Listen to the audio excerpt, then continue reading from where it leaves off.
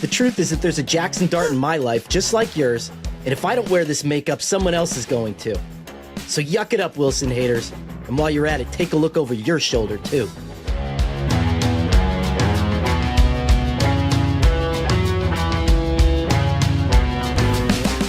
Heyo! Welcome to Heed the Call, an NFL podcast. I'm Dan Hanzus.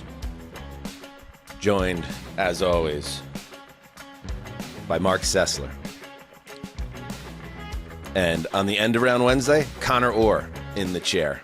Yeah. Oh, and he fills it so well with that buttocks of his. Justin Graver on the ones and twos. You know, guys, I have to say, like, this Rapture thing. Right. I'm a little TO'd about the Rapture, okay? I mean, it's like, how many...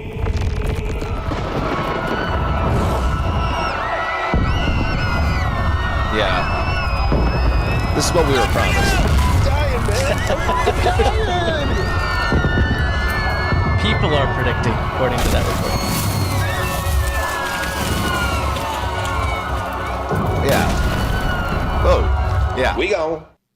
Yeah, so like, how many times do I have to be shouted out that this is the year? This is like the Baltimore Ravens at this point. Like, I'm sick of you telling me that this is the year. And at a certain point, like with the Ravens, I'm just going to nod my head and be like, okay, buddy. And here we are again. No Rapture. Conor, you're a godly man. I mean, Marc, you're a lapsed godly man. I mean, you are two people to speak with on this. I feel like I'm gonna need a little bit more at this point. My favorite Rapture experience was when the Mayan calendar was ending in 2012. That was the big one, right? Right. And I was a backup for Yankees reporter, and our Yankees reporter was like, had to go to like his kid's parent-teacher conference. So I was in the Yankees clubhouse. A different kind of Rapture, by the way. Yeah.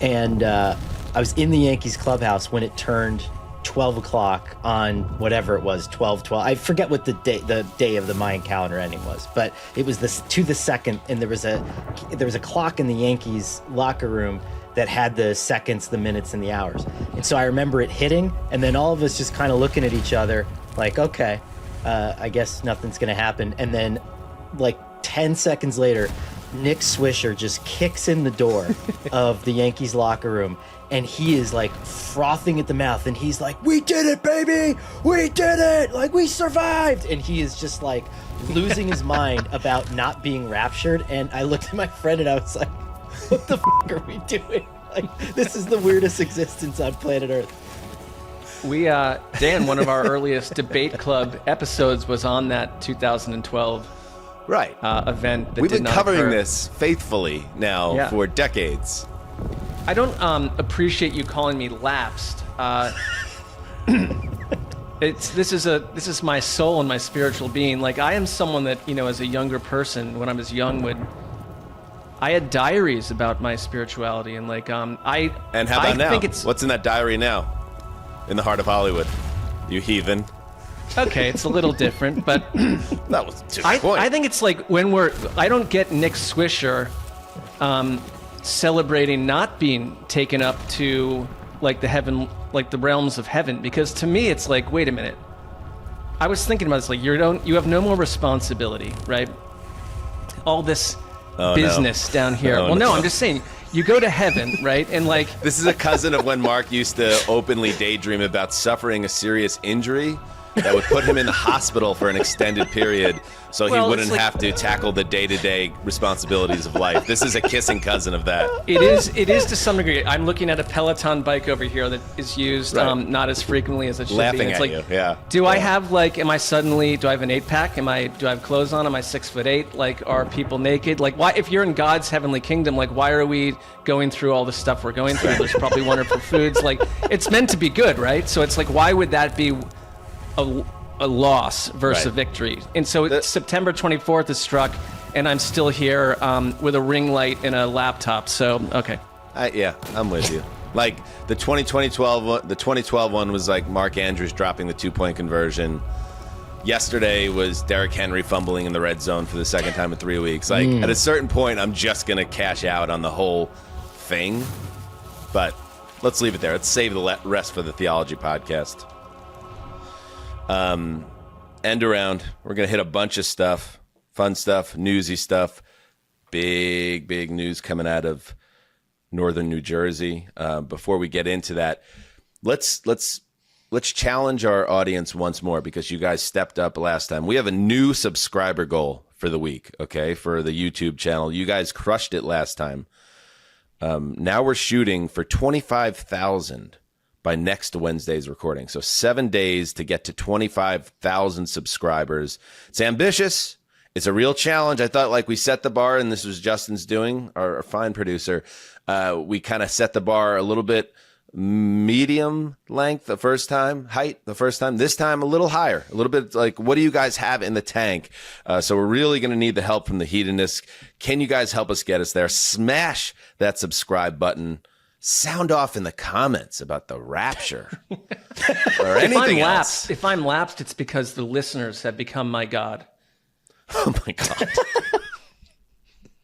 That is the most American consumer statement that was ever stated. Sure. But that's okay. That's what we are, whores for money. Let's now get into everything. Just like I'm so much more than Peyton Manning. I'm also motivating Manning. Motivating Manning? What?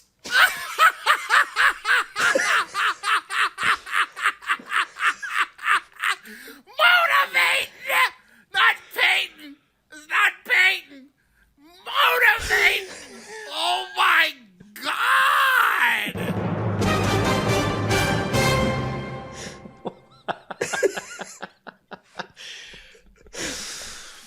Peyton's still cashing those checks on Madison Avenue.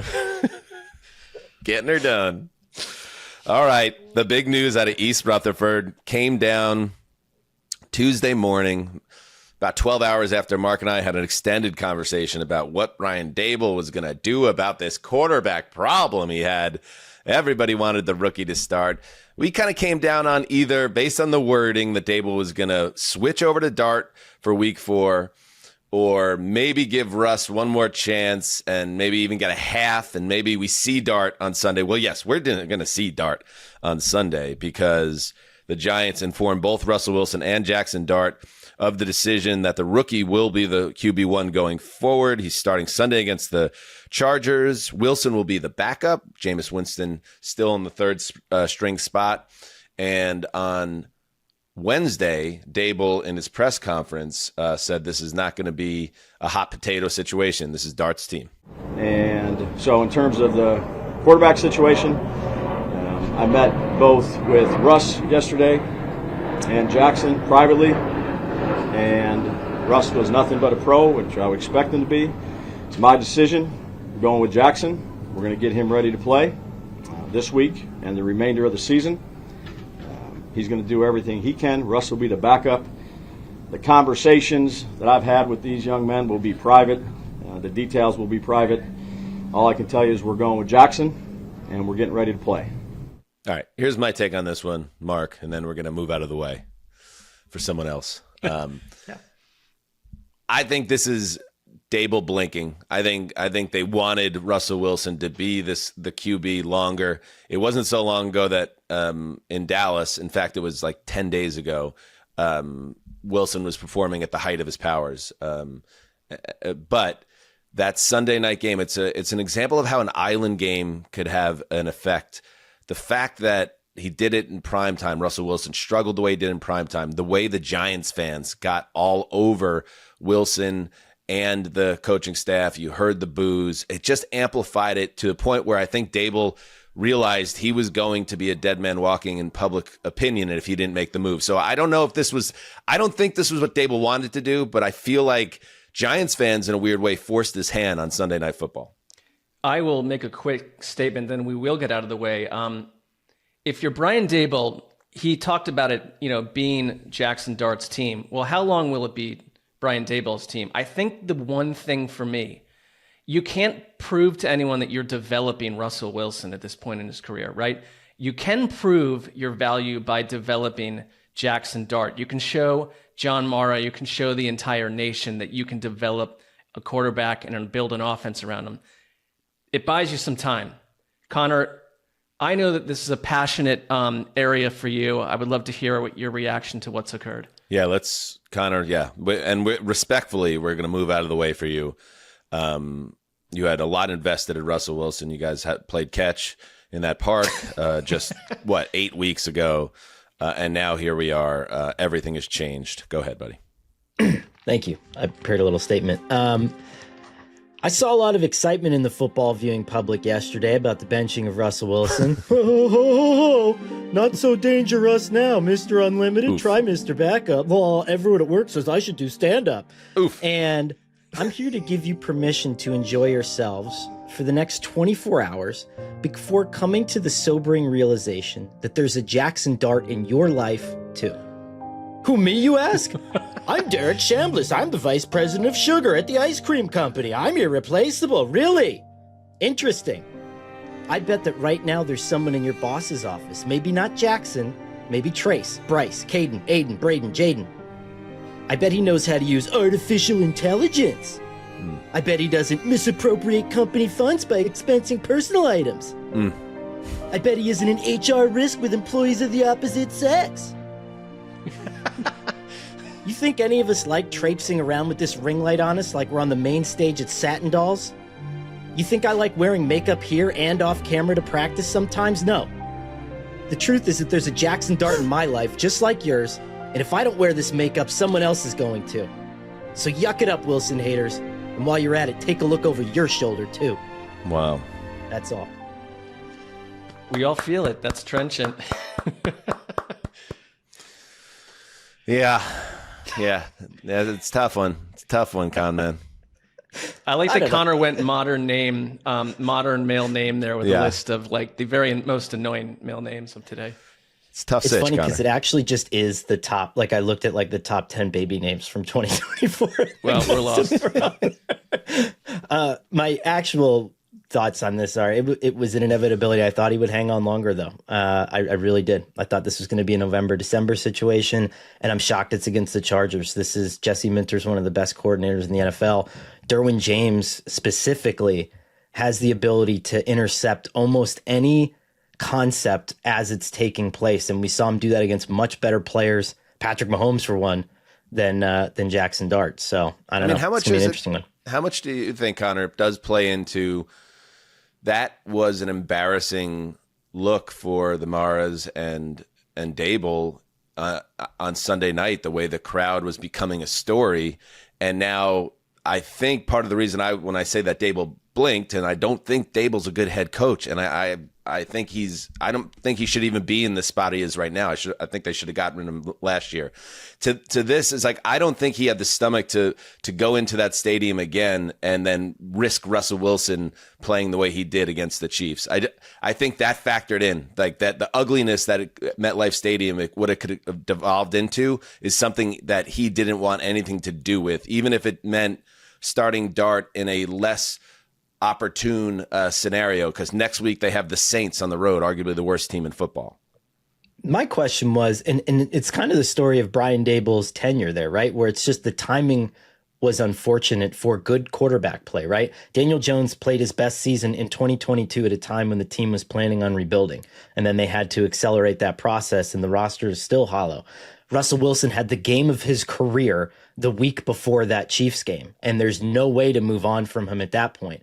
And there's no sensible way to even go to Winston. My question is, you have Winston on the roster. Why wouldn't you let him take the meat shield for one game against the Chargers before going to the Saints? And at least you're not incurring that much of the wrath of MetLife Stadium because Russ isn't there. I just think that this is... Because isn't it not really a Russ thing? It's more the Giants fans are sick of losing, and they have this kid that everyone's excited about. So whether it's Winston or Wilson, the crowd is going to have the same reaction. Giants fans are going to have the same reaction. Get these progress stoppers off my field and put the kid on. Isn't Winston just wasting time? Like, what I mean, like I see what you're saying, Conor, but like then you're a week from now onto your third quarterback, and it's the beginning of October, and you look disorganized. Like, all I'd say is this was the 25th pick in the draft. Right. Like, what are we, like, other quarterbacks, first-round quarterbacks start right away. Like, why are we protecting him? And their schedule, I get the Saints thing, but then the schedule is an absolute apocalyptic disaster from there on. So you can't just, you're going to dip him in against the Saints on the road, and that's like the big obvious place to put him. Like, let's go. Do it now. This coaching staff is trying to save their own jobs and the schools that their kids go to and their wives and everyone else. It's like, if you can turn it around with the player that everyone wants to see, you're good. Are you saying that the coaches their wives are going to leave them if this doesn't work out the way they? Well, they'll all be on different teams in different that? cities at that point. Like, it's like you get scattered around the country if you're all fired in week 5. Like, it's a disaster. I thought, I didn't know what you were insinuating there. All right, let's stick a pin in it. Last thing I had on it was just, I'll repeat what I said late in August, early September. You guys are so excited about the Giants. I couldn't get there, and it was really because of the quarterback. I was like, that's going to make this team boring. I'm excited about the Giants now because there are exciting players on this team, and now you have this rookie that everybody loves. Now let's go see. The HTC draft on Friday on the Patreon is going to I'm interested to see where the Giants go in that draft. And P.S. Cam Scatterbro. Did you get the home and away jerseys on the NFL shop, Mark? Going to be shopping later today. All right, let's move on. Let's move on to another floating trash barge. The Tennessee Titans, number 32 in the HTC power rankings. Things are happening. Gravy wants Brian Callahan fired. Callahan knows that he's close to getting fired potentially, so he does the move that you have to do. You got to start doing things. You're going to fire your offensive coordinator. You're going to fire a DC. You're going to demote a wide receiver coach. What are you going to do? So what he does, he demotes himself from play caller, hands those duties to QB coach Bo Hardigree. Justin, your thoughts on this? How come let's start here. How come Nick Holes, the OC, isn't the play caller here? Nick Holtz, pronounced like there's a T. I like it my way. Also, can you play the music before you go into your monologue, the music that I requested for this part of the program today? Thank you.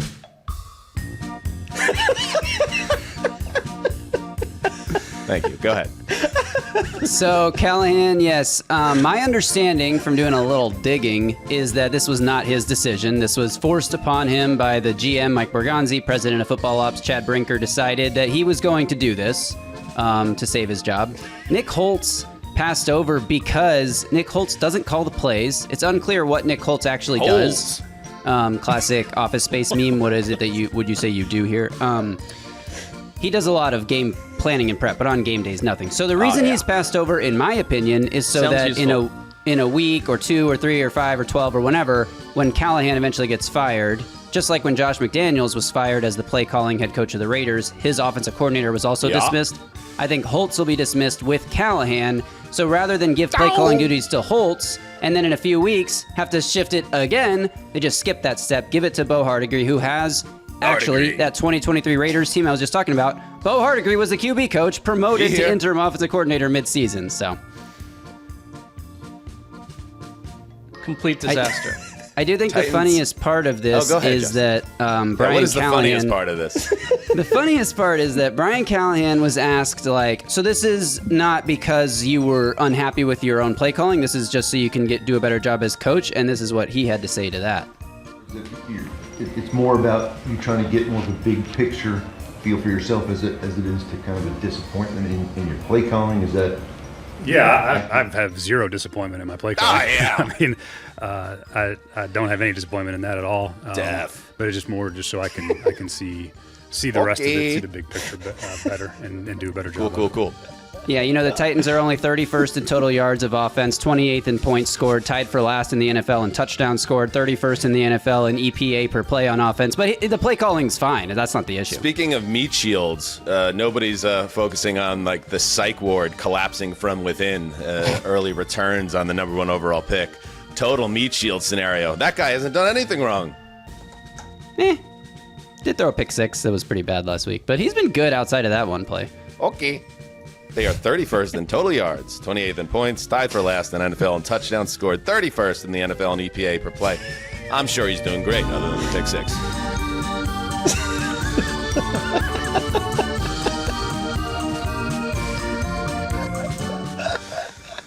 All right. Marc, I feel like this is an easy one. This is an easy show for Marc and I. In fact, why don't you tee this next item up, because it's just like Marc, per his preference, is John Stockton. I'll be Magic Johnson. We're just teeing up our two bros here on this show. Go ahead on the next item, Marc.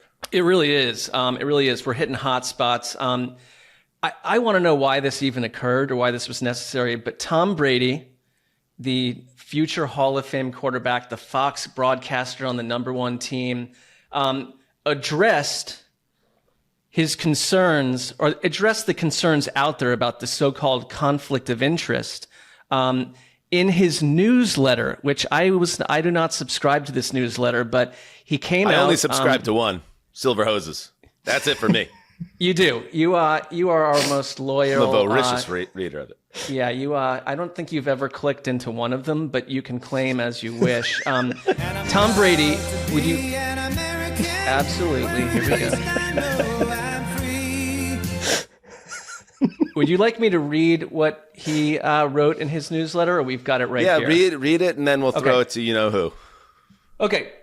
He said, we're living through a period of great paranoia and distrust in politics. Wait, can we get the missive music for this one, Justin? Jesus Christ. Is this how this is going to start? I haven't seen this yet. This is going how to we're going annoy to write about multiple people on the show. Some jock in a booth, like calling. He's going to act like he's delivering the State of the Union address right here. I mean, does this guy live on our planet? Okay, go ahead, Marc.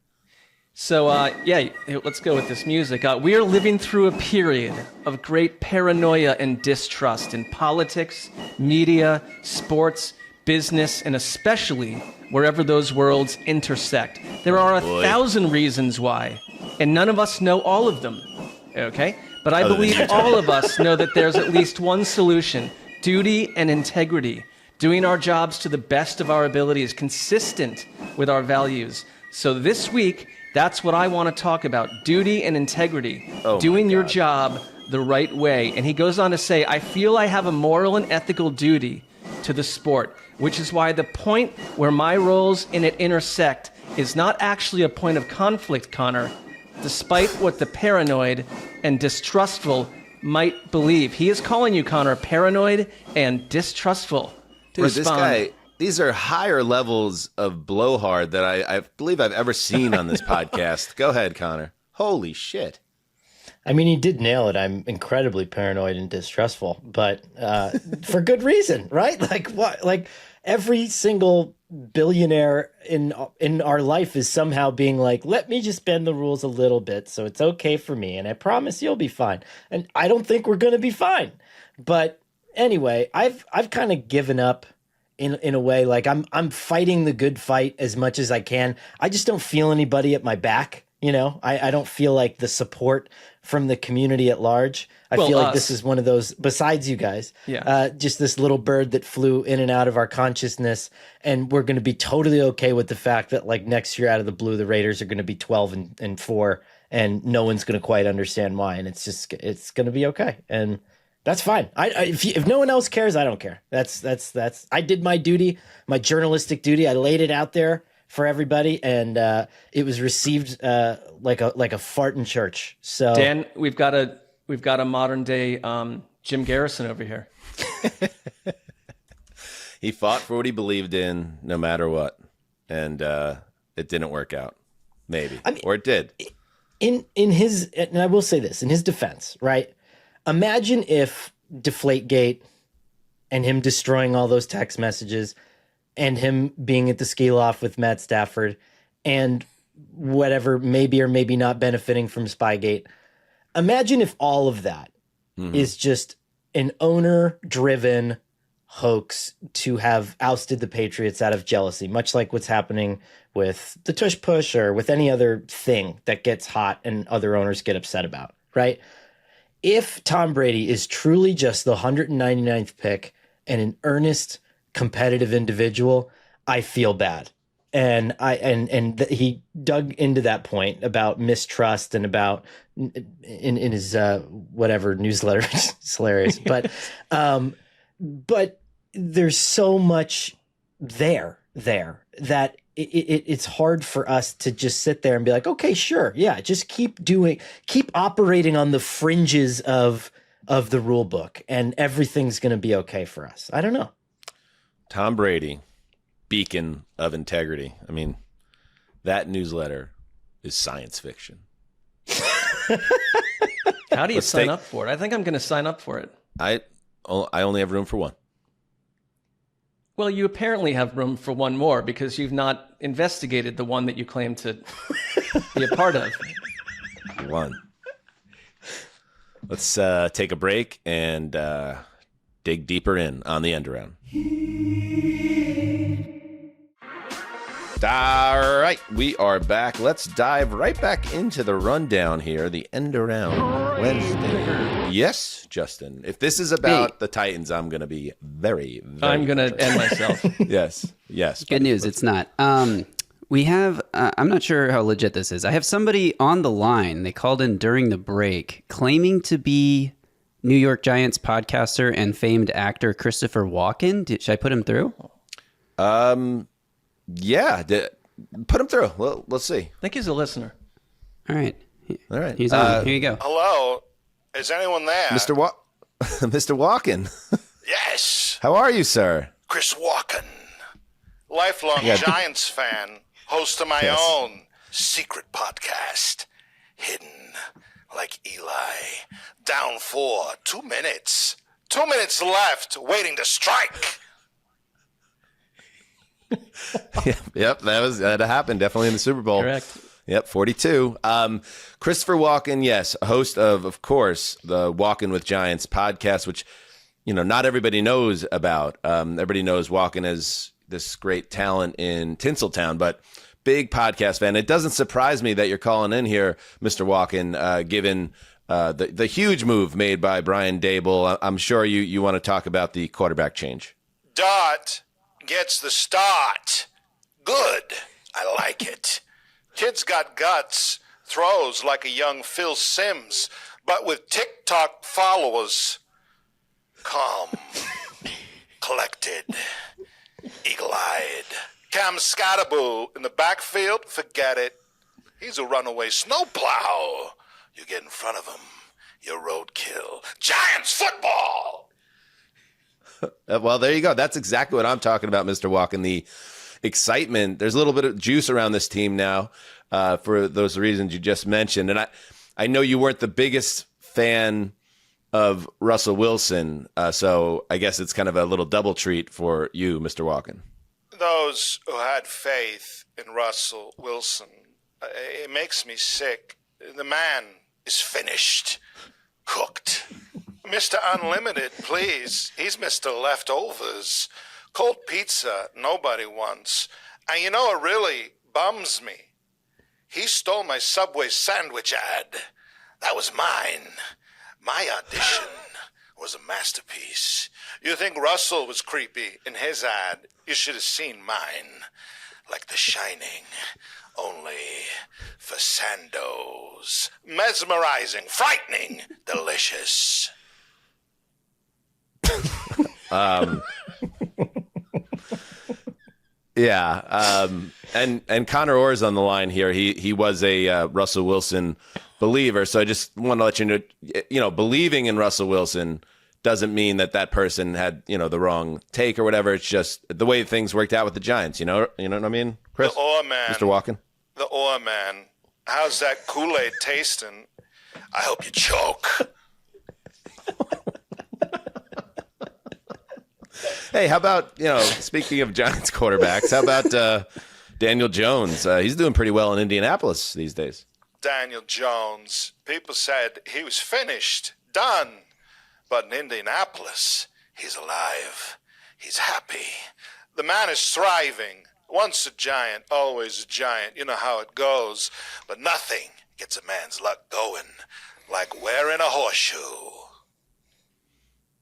Can I ask a quick question here? Shoot, from Con the Man. hip. Okay, Con Man. Nice to speak with you, Christopher. Con Man is an old school throwback Giants guy who watches the Giants on dial-up cable. How do you observe Giants games, and what do you eat and drink during those affairs?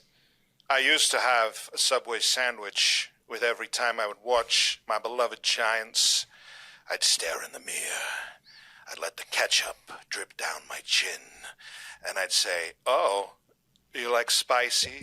You like your spicy Subway sandwich? You like it spicy?" Giants in the background. I'd say, "Hey, get that ball over the line." Munch, munch. You get the idea. Okay. Mr. Walken, thank you so much. Get Walking with Giants wherever you find your podcast. And is there anything else you'd like to add before we say goodbye, Mr. Walken? And really, the honor is all on this side of the line. This is quite a treat for the show. I'm still available, Subway. Give me a call. I'll drop everything just to do that ad. I love your sandwiches. I love the cheesy bread. I love the little juices that you put on the oil and the vinegar. I love the Southwest mayo. Come on! All right. Thank you, Mr. Walken.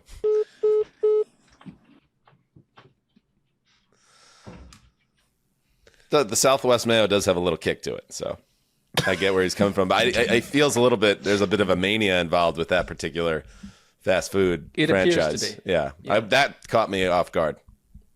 A little bit. This is a 50 to 60-year-old tenured Hollywood icon, so the Subway ad feels a little left field, but A little beneath him even, but yeah, different passions, different needs. All right. In other news, Hallmark, Bills, holiday touchdown. It's coming, Con Man. And they dropped a poster. Take a look at it if you're on YouTube.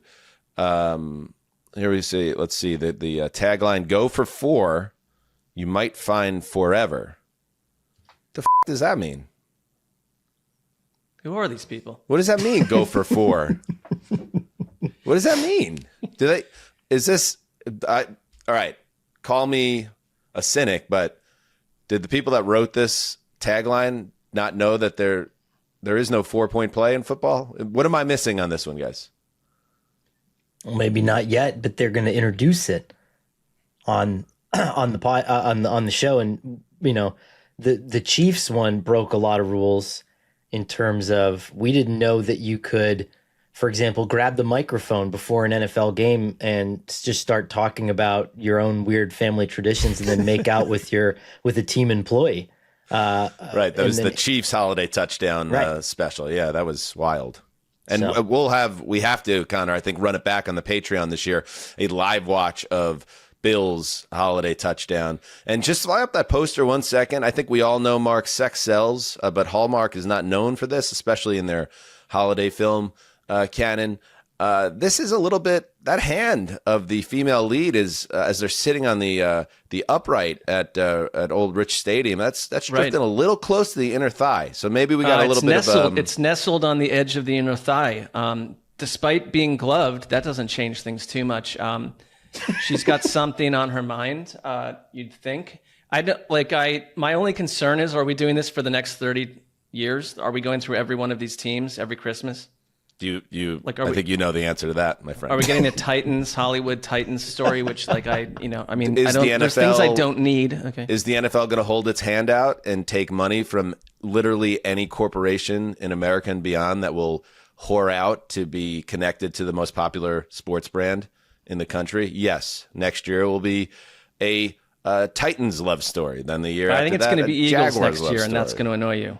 The Eagle, an Eagles love story. That sounds a little beyond the pale, but it's possible. Micah Four-point Parsons. Micah Parsons. Micah Parsons. Did you see, we never got to this, but Michael Parsons. That he was saying that, Jerry was saying that, Michael Parsons, even in the post-trade press conference, and his son had to correct him. Yeah. So it wasn't like if you're concerned about the direction of the Cowboys in 2025, that wasn't just a slip of the tongue and something we all do from time to time. He repeatedly said, Michael Parsons. Till his son had to correct him in the middle of a press conference. So that's a little troubling. Do you think I'm an idiot? Do you? Here's Parsons talking about the idea with Week 4 matchup. Are they playing this week? Cowboys, Packers? Is that what's happening here? Okay, cool. Sunday Night Football, I believe. Parsons had this to say about the idea of sacking his best bud, Dak Prescott. It's gonna be painful. You know what I mean? Dak's my guy. He was always like a good mentor for me. What are you saying? But you know what it is. I always told him if I ever faced him that, I don't care. It'll be a great matchup. So I'm excited to see what Sunday brings you. So, I think the media and the fans are trying to blow it up to be such a big thing. But, I just look at it just another game at AT&T. All right. I love when we start to lose Dan in the middle of a show. In other news, I like this one. Now you're going to get me interested on this one because I had my thoughts about the J.J. McCarthy NFC Player of the Week award in Week 1, and I thought it was wild. Isaiah Rodgers, the cornerback of the Vikings, was named NFC Defensive Player of the Week, and I'm going to tell you something. We're all good, even Steven now, because I think you can make the case that Isaiah Rodgers had the greatest game by a defensive back in the history of pro football. Listen to this. I know you know this, but I was reading this nut graph, little journalistic term for you. Rodgers recorded in the blowout, obviously, of who's it? The Bengals? Who'd they destroy? Bengals. They whipped the Bengals. 48-10 win over the Bengals. Rodgers single-handedly turned that game into a blowout. Rodgers recorded 2 forced fumbles, an 87-yard pick six.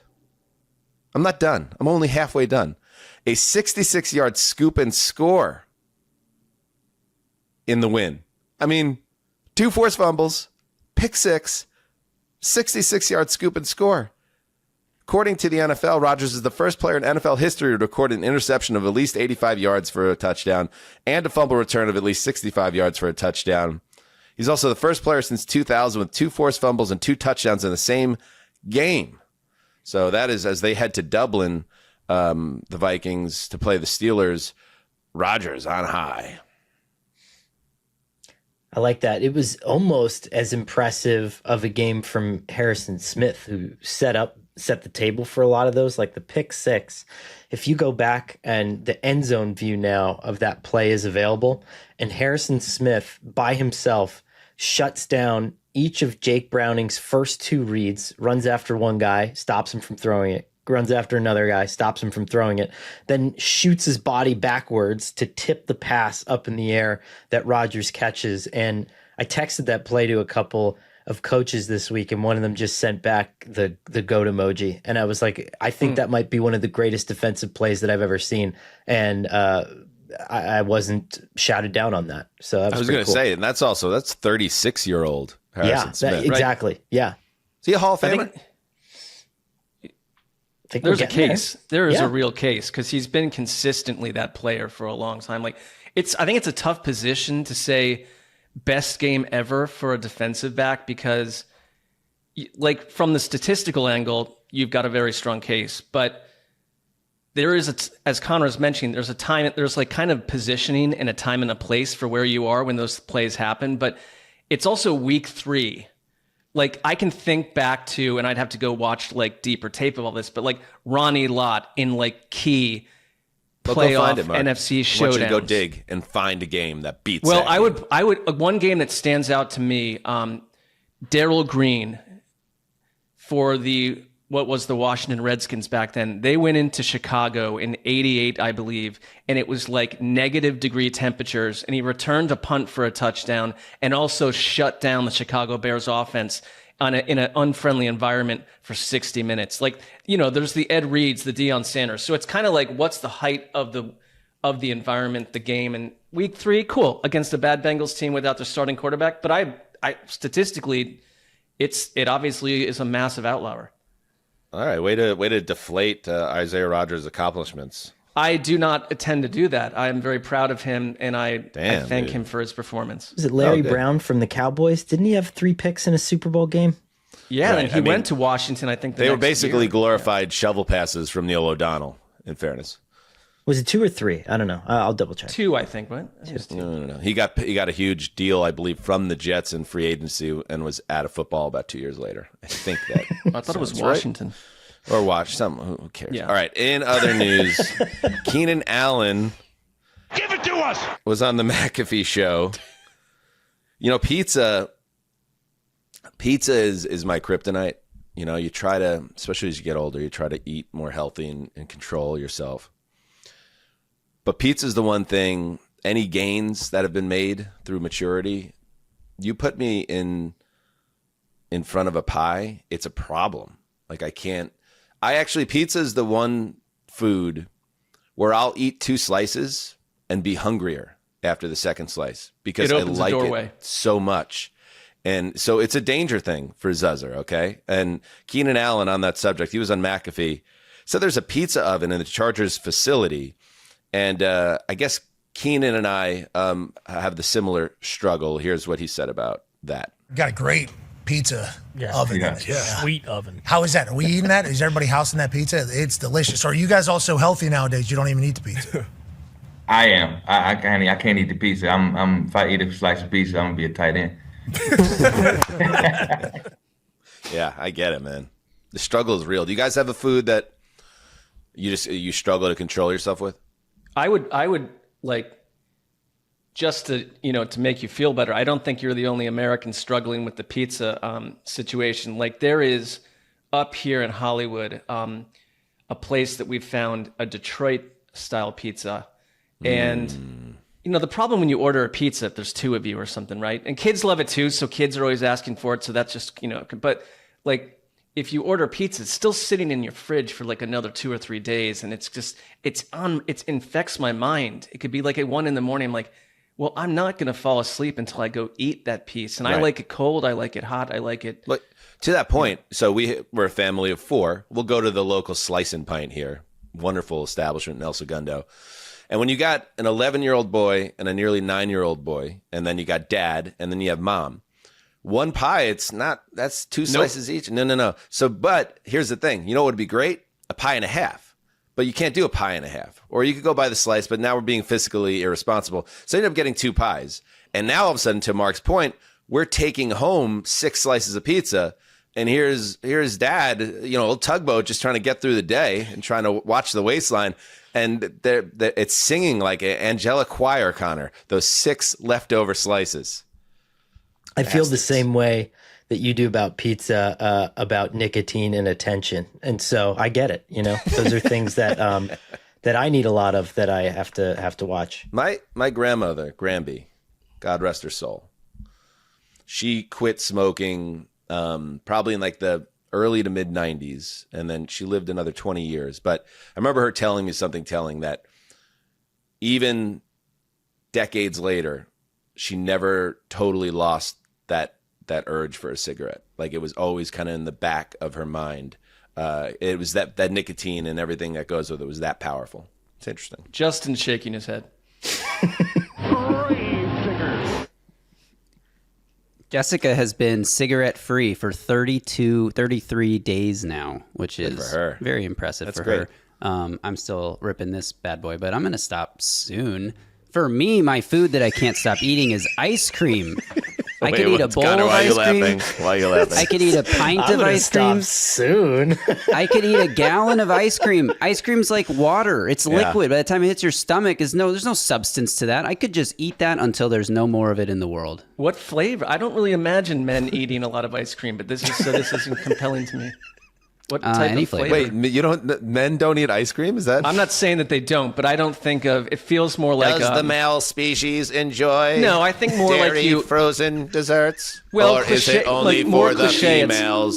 No, more cliche. It's I think like and I'm not saying it's accurate, but that you'd have like the woman that The can't. females during the moon menstrual cycle will invade the freezers. The males only like pizza. Aha, aha, aha. Well, point made by you. Great Are you job gonna quit to for your Jessica, wedding by though, the way. Justin? What'd you say? Are you trying to quit for your wedding? Is that the? Well, no. I mean, I'm just trying to quit because it's bad for me. I don't know. Right. Blood pressure and all that. Nicotine's it's not good for the body. News Good update. call. GC. All right, let's take a break and and when we get back, we preview the first game of Week 4, Seahawks at Cardinals. All right, welcome back. Thursday Night Football. I mean, it just flies around. The calendar just rumbles once the season starts. The number 13, the Twilight Zone team of the HTC Power Rankings, Seattle Seahawks, travels to Glendale, Arizona to face the number 19 Arizona Cardinals. Conor, we talked about it on the Monday night show. You and I are in lockstep on the Seahawks. We love the Seahawks. I have them at number 10. You had them all the way up at number 8. I think there's something that people have not quite caught up to yet about that this team has pretty much all of the boxes checked of what you want from a big-time NFC contender. And I feel great about them going on the road to face a Cardinals team that doesn't quite seem to have its shit together. How say you? Yeah, I was going to say I think this might be a 2-touchdown victory for Seattle. Like, that's how good I'm feeling about this. Sam Darnold, depending on what metric you subscribe to, PFF's best quarterback in the NFL right now, top quarterback in terms of EPA and efficiency. The Seattle offense leads the league in explosive passing plays. And Jackson Smith and Jigba, watching him on All 22 is a revelation. I mean, he is so savvy, and the things that he's doing just between plays or before a route or to set up a route are things that I've never seen a receiver do before. Just the way that he fakes blocking or the way that he engages with the defender. It's spectacular. I mean, he's evolved into this Cooper Kupp on steroids. And then you also have Cooper Kupp, and he's helping. So I like everything about this team. And it causes no one to wonder why DK Metcalf is not there. I'm with you. I think he is growing into a true star. And you're playing a Cardinals defense that right now is missing in the defensive backfield Sean Murphy-Bunting, Garrett Williams, Starling Thomas, and Will Johnson, their second-round cornerback, may not be available this week either. So it is like they're not asking Sam Darnold to throw the ball 50 times a game. I kind of love what they do. It's like they want to be run heavy. He's throwing like fewer than 25 passes per game, and they have what you would call like a top 4 or 5 defense. And like the plan in Seattle is coming together. And I'm with you, Dan. Like, I've been pro Cardinals, but I don't trust them right now. You just lost James Conor, who I think was the engine of that offense, because I don't trust Kyler Murray. You're banged up all over the place, and Seattle feels like a team rising. Yeah, that Marvin Harrison, credit to Harrison, he kind of stepped up and put some of the struggles of the offense on him, saying, I haven't been good enough. I need to be better. Obviously, that drop with Fred Warner barely in coverage was haunting in that 1-point loss to a Niners team that, let's face it, was missing their starting quarterback. I mean, not being able to find a way to win that game, that's frustrating. And the only thing I'll say is I like the Seahawks in this game. I'm going to go 24-16. Okay. I'm going to say it's going to be a game like that and another frustrating Arizona offensive performance. But, Thursday night is weird. Thursday night division games are weird. Going on the road in that situation is kind of weird. So if this was a game that was played in the late afternoon on Sunday, Conor, I would probably be all over it as a lock of the week. That's how good I feel about the Seahawks right now. But Thursday nights are weird, so, anything could happen, I guess is a long-winded way of saying that. I mean, the other biomarker here is how efficient is your run game going to be? And I've been an advocate for getting Trey Benson more touches to see if he can get into a rhythm and become the guy that Arizona wants. But without a run game against Seattle, you're dead to rights. You can't sit back and throw against them, especially Kyler Murray. So I'm sticking with it. I think this is a 2-touchdown victory. I think I would, if I'm allowed to. I don't know how we treat Thursday nights on this broadcast, but I would like to lock up Seattle confidently if I can. The road team. Now you just said on this podcast that you were feeling love for the Cardinals and you still believed in them. Now you're locking up against them at home? I've turned on them. Now they're definitely going to win. Well, sure, but they have not supported. Are you doing a reverse support. jinx? Is that what this is? Well, no, because I'm not looking to lose my lock. Like, I want to go, stay undefeated. It's been a wonderful There's just a season lot so far. of like voodoo going on right now. I sense it in the air. The air is heavy. I'm going to be victorious, and I'm going to have it out of the way by Friday morning, and that feels good. That's a good way to go into the weekend. I get that. All right, Justin, you want to pick already? This is my bad. It's 2 in a row. My bads on the lock thing. I will say I had a good excuse for Monday night because I was trying to build the power rankings graphic. We never covered. Marc just said he wants to stay undefeated in the lock comp. Well, that's already a failure because Marc locked the Ravens on Monday Night Football, who lost to the Lions, and I forgot to call it out on the Monday night show. And again, I was distracted building a graphic mid-show. How many times are we going to hear about this graphic build? Christ. I'm not undefeated. That's true. You're not. We'll get into that rewarding. on the Thursday preview show. Right. But yes, that is no longer the case, Marc. So good luck on Thursday. All right. I did want to mention just something Justin. abnormal about this game, and I will also pick the Seahawks since you asked. But the Cardinals, in terms of the Vegas desert spreads and everything, the Cardinals opened the week as 2.5-point favorites. What? As we sit here and record this podcast now, they are 1.5-point dogs. So lots of movement there. 3 whole points of movement. Well, did the Conor thing, like the news came on Monday morning, right, for James Conor? That might have I would be surprised if a running back injury moved the line even at all, let alone 3 whole points. How about the HTC power rankings and the news that Zuzzer and the Orman are super high on this team? That seems like a line mover. I agree with that. Yeah. Okay. Let's go with that. All right. Before we get out of here, a couple things. End around. We check in on the world outside the NFL as well. And Marc, you and I were over the moon excited. A little apprehensive. Personally, I don't know. I think you're the same way because Once Upon a Time in Hollywood is both of, in our pantheon of great films, let alone, not just Tarantino, but just great movies. We love that movie, the 2019 epic. And now they're working on a David Fincher directed, Tarantino penned. Is that what's Yes, he wrote it. So there's sequel centered on the Cliff Booth character, played obviously iconically by Brad Pitt. And it looks like we might have a little, for those on YouTube, a little update visually. Look at that. It's 1977. Oh, baby. And he has, if you could pick someone that could own the look, it would be him. And he's doing so right here. I believe this is right here in Hollywood.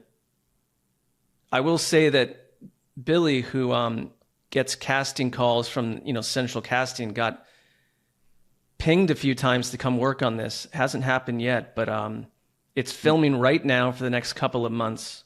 Wait, if they're pinging her, we got to get her on the set.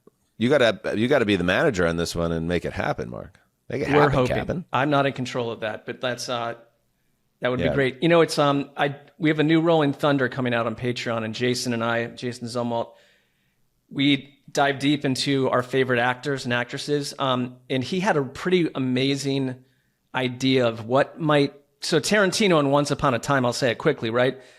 He nullifies the killing of Sharon Tate at the end, right? He changes history.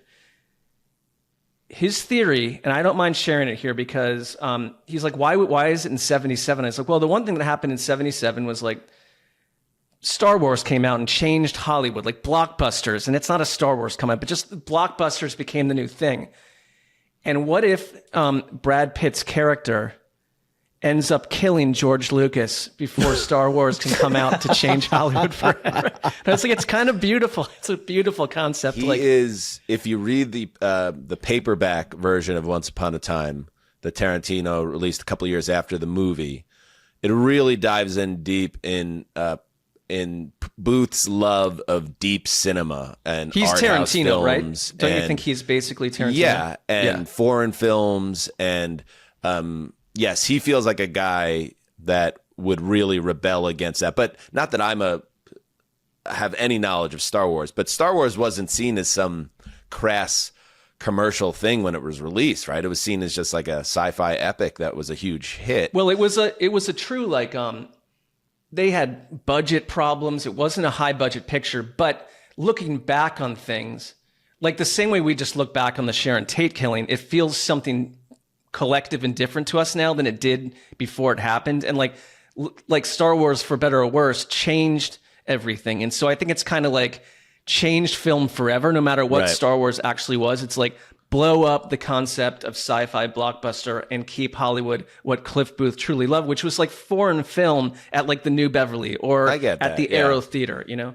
It just that, Star Wars, we didn't realize that what it was going to become until years later, right? Like he would almost have to have that, like to use the Stephen King JFK book, like he would have to have the knowledge of what Star Wars would bring to the world, like the Avengers movies and all that bullshit. Like he wouldn't, yeah. Anyway, interesting though. I like the theory. I also wonder one last thing. Like I put in my percentage that Leo shows up as Rick Dalton in this. I put it like the same way that Cliff saved Rick's life and the wife of Rick, his new wife. Cliff Booth essentially saved their lives, right? Like, does Rick show up at the end of this, Rick Dalton, to save Cliff's life as a friendly payback? I put no matter what the reason he'd be in the film, I put it at 85%. What do you put it at?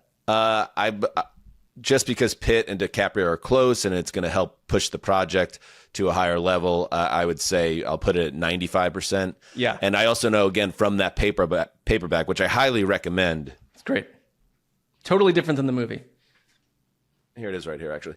If you love the movie, read this paperback that Tarantino wrote. The Tate incident in the movie where the movie ends and he goes up the driveway and hangs out with Sharon and her friends. That whole thing, it obviously becomes a big news story and it revitalizes Dalton's career. And we learn in the 70s and onward, he gets more work and it changes the trajectory of his life. So he's a figure in Hollywood in the 70s. So that all checks out. Marc and I nerded out to this. One of the things that Marc and I equally nerd out to. Yeah. We're like texting about it all day yesterday. Okay. Last thing. Doc, I'm going to call this one on the heels of the Tom Brady. Just absolute. Well, I mean, what a ham that guy is. Okay. Let's do a little Doc ethics check-in ourselves. On the program, Doc, this is something we kind of internally flagged, and now we're going to bring it up to you, the listener/viewer. This was in a recent commercial ahead of the season premiere. Go ahead, Justin. The smash hit Doc is back with an explosive season premiere. Okay, so Conor, we all bumped up against it because as the #1 Doc podcast out, the NFL podcast out there, we had been tracking the ratings of Doc for some time, and the ratings have been very borderline. Let's throw that up, Justin. I hope there are NFL fans watching our podcast for the first time right now, trying to make sense of what's going on. So Doc, as you see here, it's done about 2 to 2.5 million viewers in the modern landscape for broadcast television. Even by modern standards, it's not great. The ratings have dipped at times. Not quite a smash hit, Conor. Yeah. Well, that got me thinking because the reason that Doc became Doc is because she smashed her fucking head off of a window. Bang. And so maybe that is. Bang! Ow! Bang! Bang! Bang! Bang! Bang! Bang! Oh, got her! Get gone. Memories. Super slow-mo. Get gone memories, Dan said.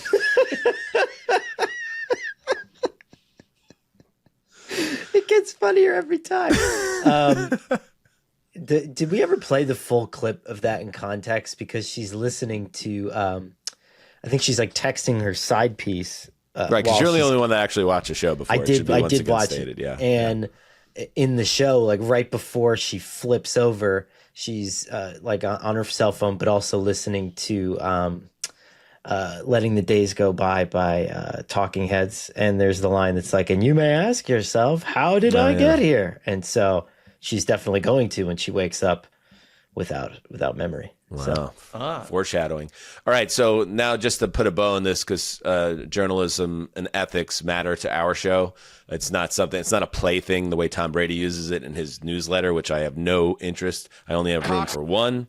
What are you allowed to say something's a smash hit? Is that false advertising? You know what I mean? So, and we did a little digging on this AI overview. Jesus. Why smash hit is likely legal. Can you just ask a person whose job it is to do this? But this is easier. This is easier. The FCC does not have specific regulations governing the use of the term smash hit in television show promotions. The FCC is not going to touch it. The FTC considers smash hit to be an example of, quote, puffery, a legal term for an exaggerated subjective claim that no reasonable consumer would take literally. Go ahead, Conor. This is an amalgamation of sentences that are scraped by a robot off the web. If you want information like this, I'll call an expert. You just tell me, give me like 15 minutes, and I will make it happen for you. Don't we got put this ethics garbage on top of ethics right now. This seg's out of control. I love it. But the smash thing, just one thought to close the book on it. Like when that show Chicago Fire was out, right? They were like TV's hottest drama, right? And is it? But it's hot because there's fire, and I think that's where the smash comes in. And some banging, probably, yeah. Yeah, and so I think you're good between characters, yeah. Bang. Well, we're presuming or expecting fading network drama television to embrace ethics and realism. Like that's probably the departure point of where this becomes not a problem for me, because I don't expect them to tell me the truth about anything. Wait a second. So you're saying, Conor, that they might be legally, if there was any legal concern, the smash hit is actually the side of her head smashing and hitting the side window. So they could always point to that as saying that's what we meant. Yeah, I think so, right? And there could be countless examples of like whatever that show This Is Us, right? It could be like, you know.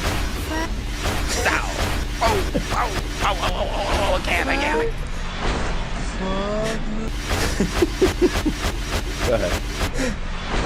Like, This Is Us, for example, they could say something like, you know, TV's deadest Thursday or whatever, because the dad, you know, dies in a fire. So that was a smash hit, though, I believe, wasn't it? I mean, I only knew like a few women that watched it, but like that took off. That show, oh my God, that was the worst show. Well, we were lucky that we were literally garbage football tragedy porn. All right, here we go. We have some breaking news on the TV beat. Great way to close the show. Great timing. Kismet. Justin, take it away. On September the 9th, my inquisitive self sent an email to pr@tubi.tv. No AI, Conor. Inquiring about the status of Zero Star, the Cam Ward story, which was announced to be premiering in early September. Like 1 minute ago, I got a response to my email. Just happened. Hi, Justin. Due to a change in production schedule, Zero Star, the Cam Ward story, a docuseries produced by Firebrand Media Group, thank you, I didn't need you to include that, will now debut on Tubi later this year. Best, Andrea. Not even a Can date, you email by the back way. and just say why?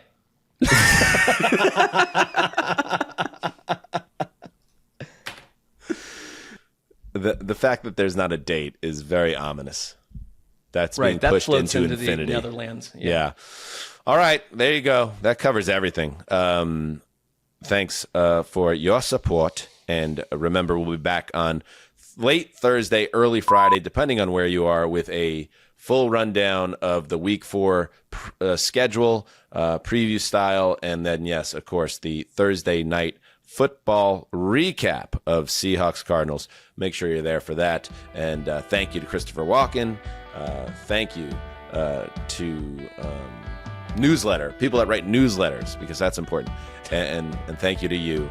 Make sure you get to us, get to that 25K subscribers. The challenge is on 1 week, begins now. Subscribe, smash, and heed the call.